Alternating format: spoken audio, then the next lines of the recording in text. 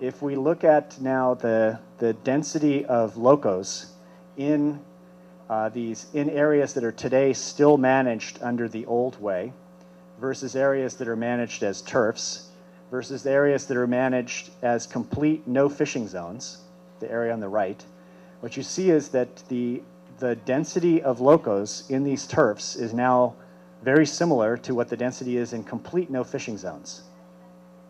Now, they're not as big, but they're being managed in a way that has dramatically increased the density in these areas.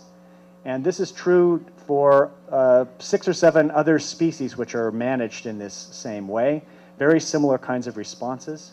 And if you look at the catch rate for the fishermen in these turfs is roughly 10 times as high as it is in the areas outside.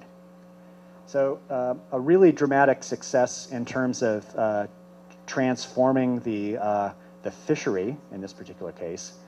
But it also has had some important biodiversity benefits because these turfs also have higher biodiversity than the areas that are being fished in the normal ways outside. There's been an increase in the number of species in these turfs, and part of this is because the fishermen recognize the important role that other species in the ecosystem really play to the ones they're harvesting.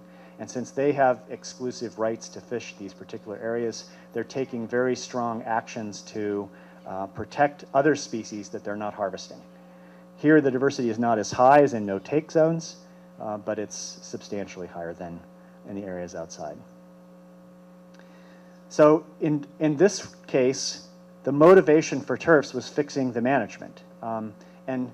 But just like in the case of spatial marine protected areas, what has emerged out of this and a few other places around the world where turfs have been implemented is the same kind of pattern of both benefits to the fishery and benefits to the species being fished.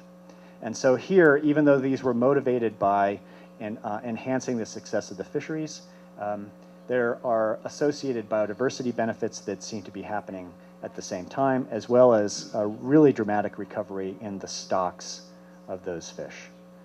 So to summarize, I think, even though there's this maxim that there's no free lunch with environmental problems, that there's often this, and commonly this, trade-off between fixing environmental problems and economic gains, this is a case for many ocean problems, and for fisheries in particular, where fixing the problem has the potential of being a win for both the resource and the species in the system, as well as the people that are relying upon those resources for livelihoods.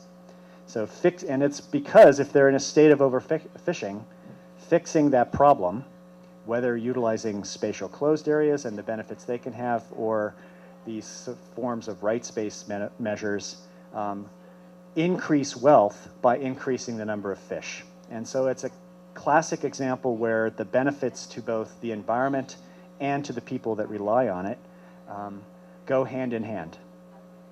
Now, despite these successes, though, these solutions are still rare. Far less than 1% of the ocean is in the form of marine protected areas. You'll hear about some examples coming up where there are places where this number is much higher, but for the total ocean, it's a much, much smaller. And the same thing is true for these more rights-based forms of fisheries management. They still represent about 1% of global fisheries. And these are not the only solutions to these problems, but I think the important message that I want to make here is that there are emerging spatial solutions that have now been demonstrated by hundreds of experiments around the world, where we have a good sense about how these tools can be an important part of reaching the goal of fixing problems of overfishing. And there are, I think, similar solutions in terms of thinking about some of these other tools. This sets the stage for comprehensive and effective methods then of thinking about how we spatially plan the ocean in a way that provides benefits for both the species in the sea and the people that rely on it.